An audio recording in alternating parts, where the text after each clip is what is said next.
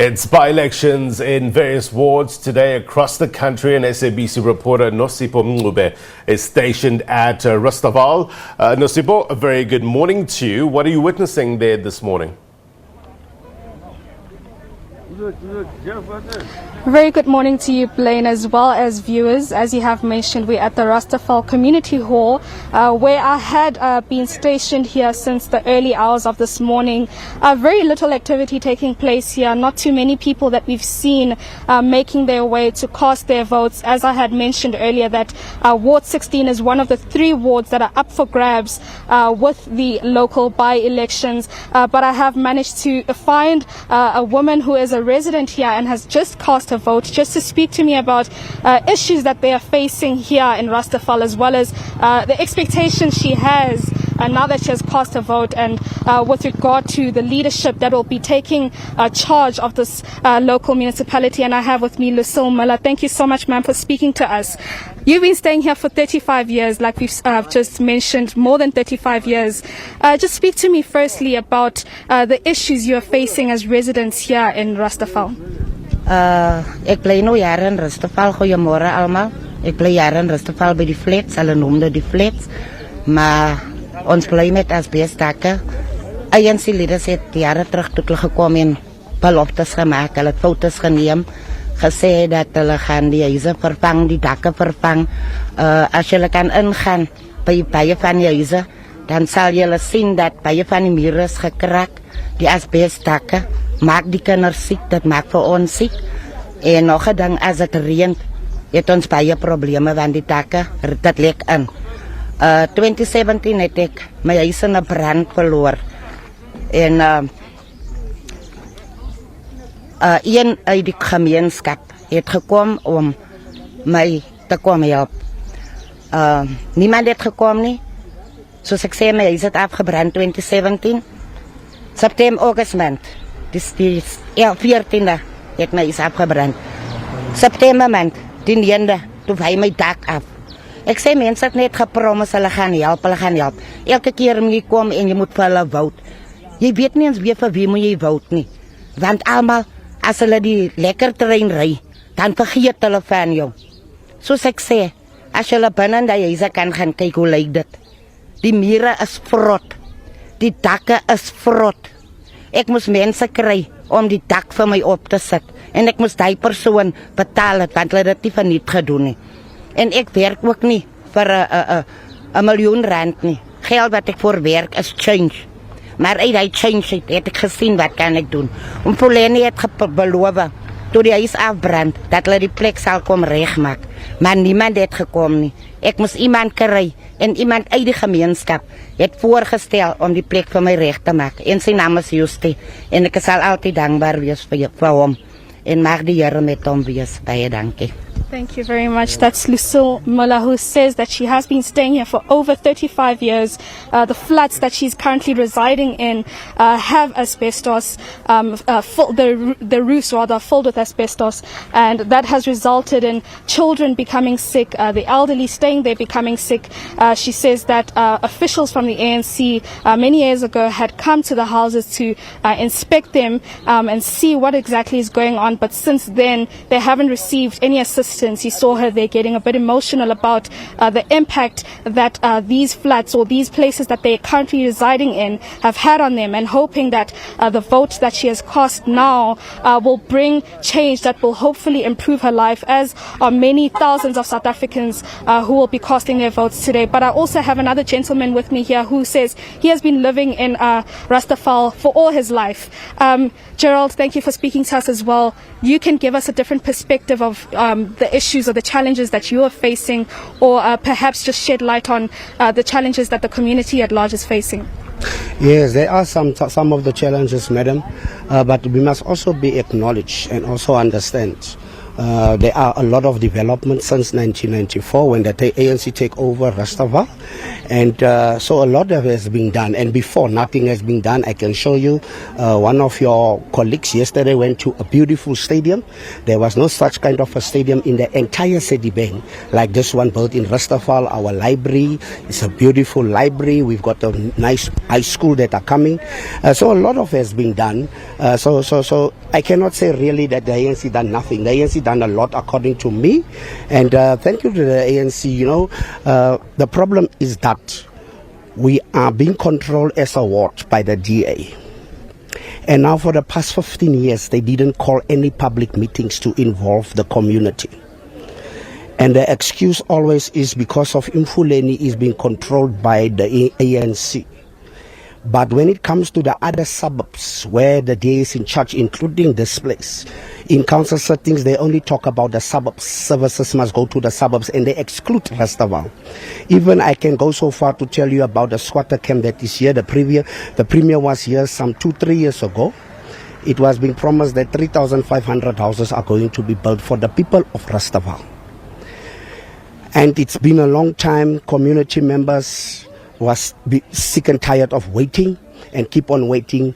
We have decided we are going to take over that land and squat there strategically so that the government can build houses on that land. And the good part is the DA candidate, which is Anwini Swartz, is also having 2 stands. So the DA is supporting that view of land grabs, in other words, in a big way. She also occupied 2 stands. All what I'm saying is to the community down there, think twice, make sure that you vote where there is development. Make sure that we are united as a community, instead of running left, right and center and keep on blaming a party that is not in charge of your ward.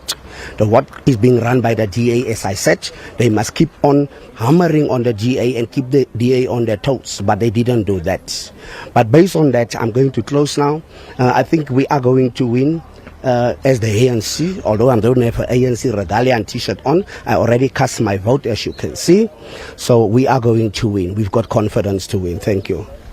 Thank you very much. Gerald made his stance very clear of which party he is in support of, just saying to us that the community here needs to vote for places or parties that they see development taking place. But we will be speaking to more residents who may have different opinions as to what exactly is taking place here in Mfuleni. As I mentioned earlier, we'll be moving around to different voting spots or different voting stations just to get a sense of the feelings that the residents have regarding the challenges they're facing as a municipality. Yeah, by-elections talks to the very heart of the concerns of the community. There we're talking about bread and butter issues here, service delivery issues, so important indeed. Nosipho Mncube, appreciate your reporting there. So of the 95 by-elections, 14 are in Gauteng across 6 municipalities. Let's take you now to the Eastern Cape, where voting is also underway in that province, where seats in 13 municipalities are up for grabs. Voting is taking place in 19 wards. Let's bring in our reporter, Mcebisi Ngqina. He's live for us there. Mcebisi, thank you very much indeed for your time. Firstly, how did these wards become vacant?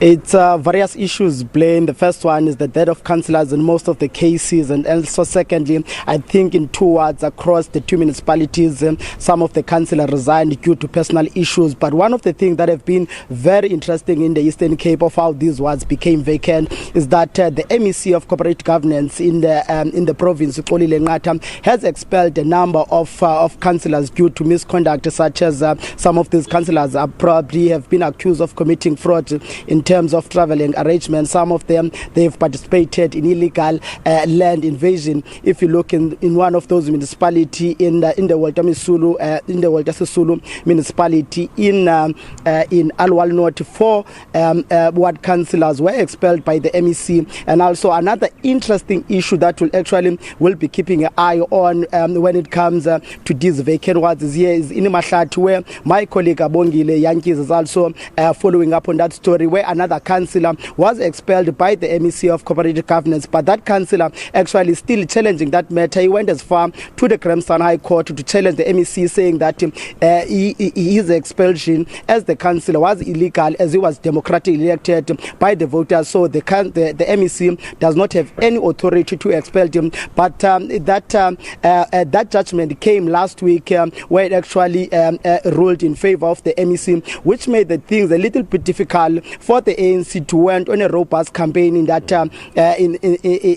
in that region. But also the RC of that region in Amatole, they've also came in support of that councillor, saying that the MEC is actually purging the councillors coming from that region, since that region was not supporting the incumbent chairperson of the ANC in this province, Oscar Mabuyane, who also happens to be the mayor of the council. But the MEC was actually in a slate of Oscar Mabuyane. It's still is that another development, but that will be looking at going forward.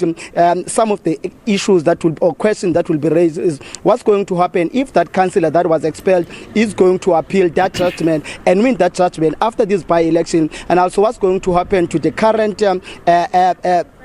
councillor that has been appointed as a candidate to contest in this election. If he wins, is he going to be welcomed by that structure also in that Amatole region? So those are some of the issues that these what they became vacant in the Eastern Cape Plain.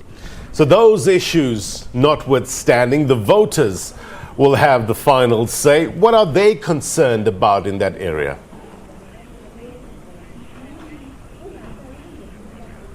Well, some of the things that most the residents that we talked about yesterday during the special voting, especially in the Bisho area where the legislature of the Eastern Cape is situated, is mostly electricity and also housing. Where we went to a squatter camp yesterday where the IEC officials were doing house visit, we find that some of the people, they are still living in squatter camp without electricity. They also have to walk long distances just to access water. Even some of the roads, even ourselves, when we actually went to some of the houses, we had to leave our vehicle as far as we can so that we could walk to get to those areas.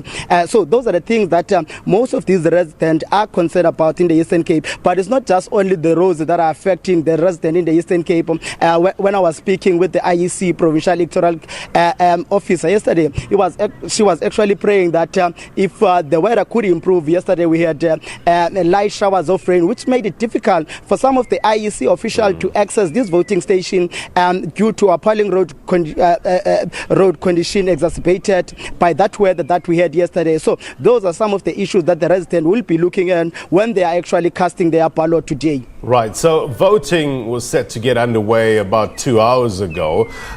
Talk to us about any challenges that any voting stations or any IEC officials have experienced. So far, we haven't had any accident plane, but I could tell you that it's a very slow day here. Since the voting have been open here this morning, we only saw 3 or 2 people actually trickling in to come here to vote. There hasn't been much activities, but when I spoke with some of the IEC officials, they were saying that probably people will start, the number will start picking up probably around 2 or 3 when people are actually coming at work. So they were assuming that people are still at work. Some of them, they are probably still asleep at that time around 7 o'clock. It's only those people that some of them, they start as early as 6 o'clock at work, so they didn't have much time to come here. But if you remember, some of the voting stations also here in the Eastern Cape, 3 voting stations will be closing at 7 o'clock as per the request of the political parties, because they were saying that after 7 o'clock there's nothing that is happening in those voting stations, especially in Nyandeni and in Mbashe municipality, where there's other by-elections that are taking place in that region. After 95 by-elections, 19 are in the Eastern Cape across 13 municipalities, and our Eastern Cape team is keeping a close eye on all of them. Mcebisi Ngqina, appreciate your reporting, sir. Be well, I'll speak to you later on. Now, the IEC in the Northern Cape says it hopes to attract at least 60% of registered voters in today's poll. The entire Rust municipality is up for grabs after the council was dissolved in September. Let's get the very latest now and bring in, Ulrich Hendricks was supposed to be coming on right now. He's not quite ready as yet. We will take a quick break, queue him up and get the very latest from Northern Cape. Stay with us.